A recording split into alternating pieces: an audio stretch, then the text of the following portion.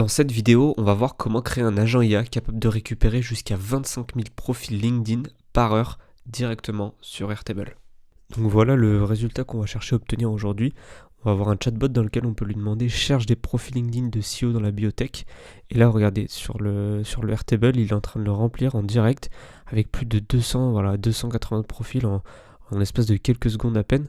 Et ce qui est assez fou, c'est qu'on peut même lui demander, donc là je lui ai demandé, moi je cherche des profils LinkedIn de CEO de la biotech, mais on peut très bien lui demander, à la place de ça, de chercher par exemple, on peut très bien lui demander aussi chercher des entreprises dans le BTP.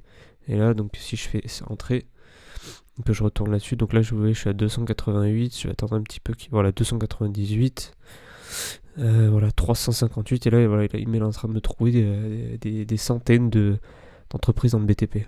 Pour ceux que ça intéresse, il y aura un lien en description ou en commentaire épinglé afin de récupérer le template complet gratuitement à copier-coller directement sur N8N afin de pouvoir utiliser cet agent IA facilement et simplement. Pour ceux qui ne me connaissent pas, je m'appelle Romain, j'ai une agence spécialisée dans le développement d'automatisation sur mesure et d'agents IA.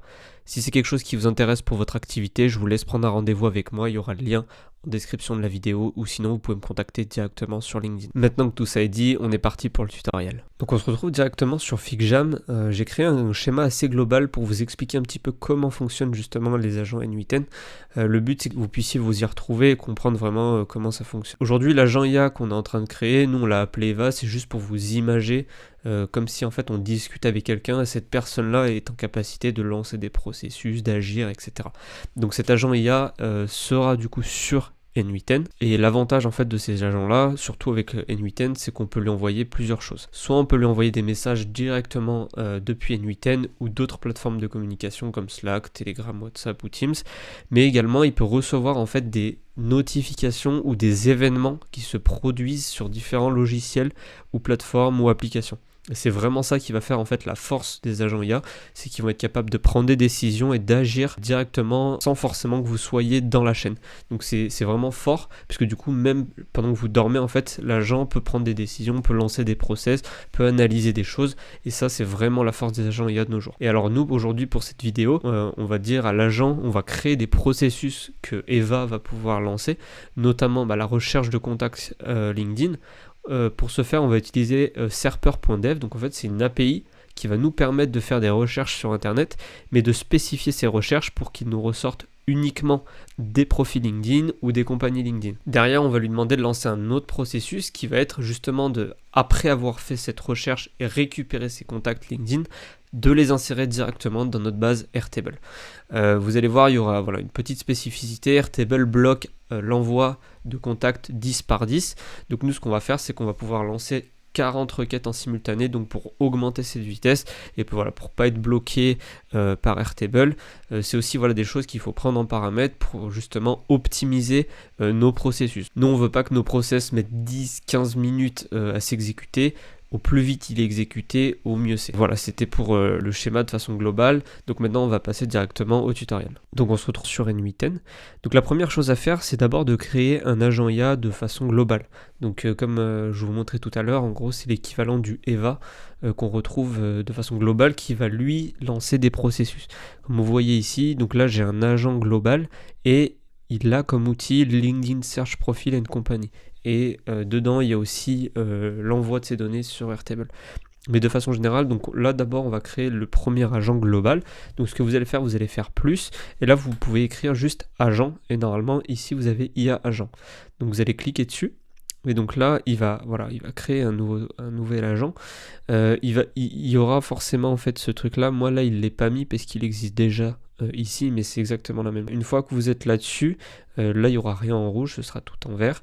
Il faudra ajouter un chat modèle, donc là vous prenez ce que vous voulez. Pour la démo, on va utiliser OpenAI. Une fois qu'on a OpenAI, on va pouvoir cliquer dessus et le paramétrer. Je vous conseille GPT 4 mini, c'est très bien. Vous pouvez utiliser plus récent, c'est mieux, mais voilà, ça coûtera plus cher en token.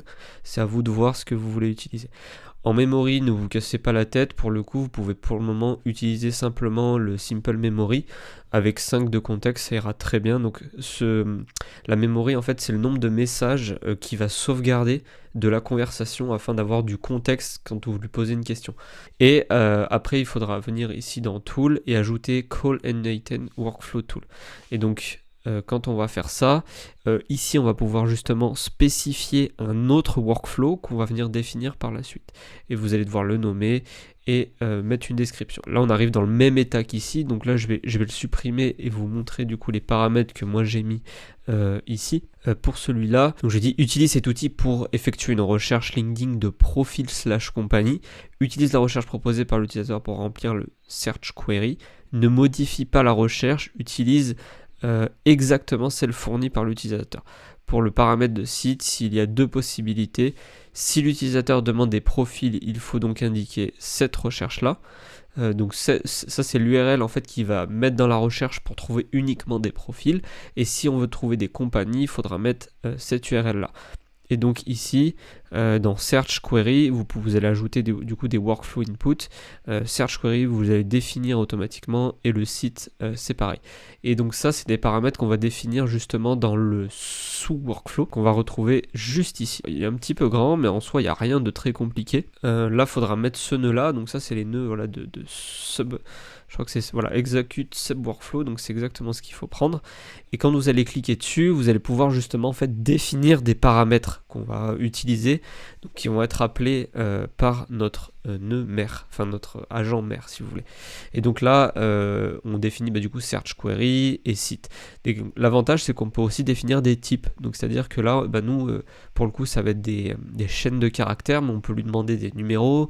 Des booléens, donc true ou false, ou même des tableaux de chaînes de caractères, de chiffres, peu importe. Vous pouvez même lui demander des objets. Donc comme vous pouvez le voir, une fois que le sous-workflow est exécuté, il envoie 3 requêtes HTTP différentes. Donc en fait, ces requêtes, elles partent vers serper.dev. Serper.dev, c'est un service qui permet en fait de faire des requêtes de recherche Google.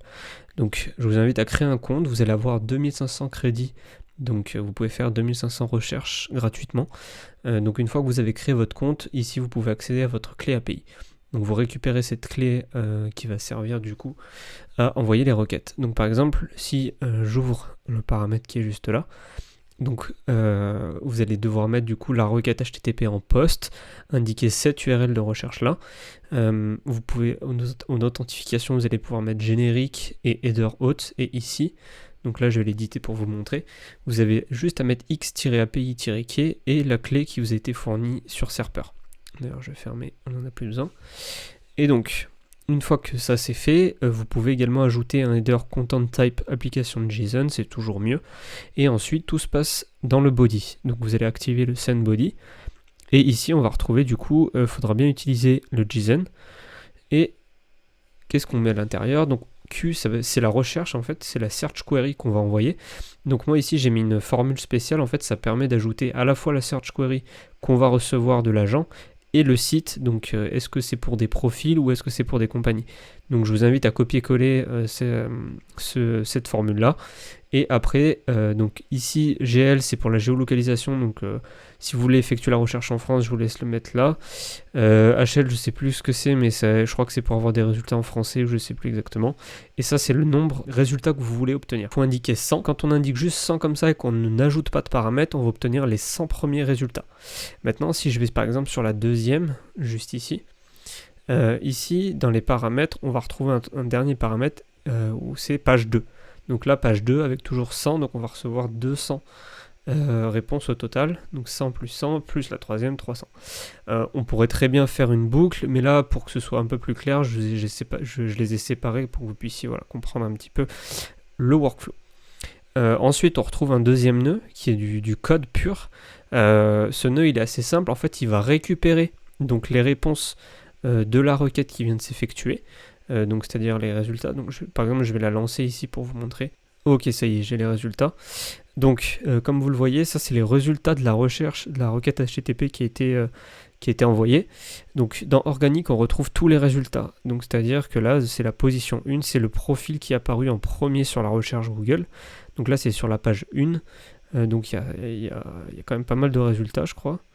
Ouais, 99, donc ouais, c'est pas 100, c'est 99. Qu'est-ce qu'il fait le code? Il va récupérer ça et il va le mettre sous forme, en fait, pour pouvoir l'envoyer directement dans Airtable. Donc on va mettre name, profil link, bio, search request, et en fait ça va correspondre à notre tableau ici sur Airtable. Donc name, profile link, bio et search request. Et après j'ai mis 2 autres paramètres là, mais ça c'est plus pour du suivi par la suite. Ensuite on split les réponses, parce qu'en fait donc une fois qu'on a ça, si j'exécute, hop, donc ça y est, le nœud s'est exécuté. Donc en fait ici on retrouve bien tous les résultats, donc c'est exactement les mêmes qu'on retrouve à gauche, sauf que là ils sont agencés différemment en fait pour correspondre du coup aux requêtes qu'on va faire pour les envoyer directement sur Airtable.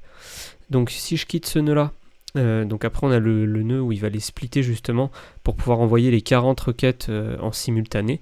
Donc ça va tourner dans cette boucle et là en fait ça va envoyer directement ça sur Airtable. Donc ici c'est pareil, c'est comme l'autre, c'est un nœud sur Airtable. Donc avec voilà, clé de connexion, vous avez juste à rentrer et vous passez ça en paramètres. Et donc après on merge ça et on retrouve ça à la fin. Évidemment le dernier nœud c'est pour return, donc on retourne un OK comme quoi tout s'est bien passé et on renvoie la data. On n'est pas obligé de renvoyer la data, mais bon voilà, moi il nous les affiche après quand on discute avec lui dans le chat. Je vous remercie d'avoir regardé la vidéo jusqu'au bout. N'oubliez pas que vous pouvez accéder gratuitement au template à copier-coller. Le lien est en description de la vidéo. Et n'hésitez pas aussi à mettre en commentaire le prochain sujet sur lequel vous voulez que je fasse des automatisations. Ce sera avec grand plaisir. En attendant, je vous dis à la prochaine. Ciao!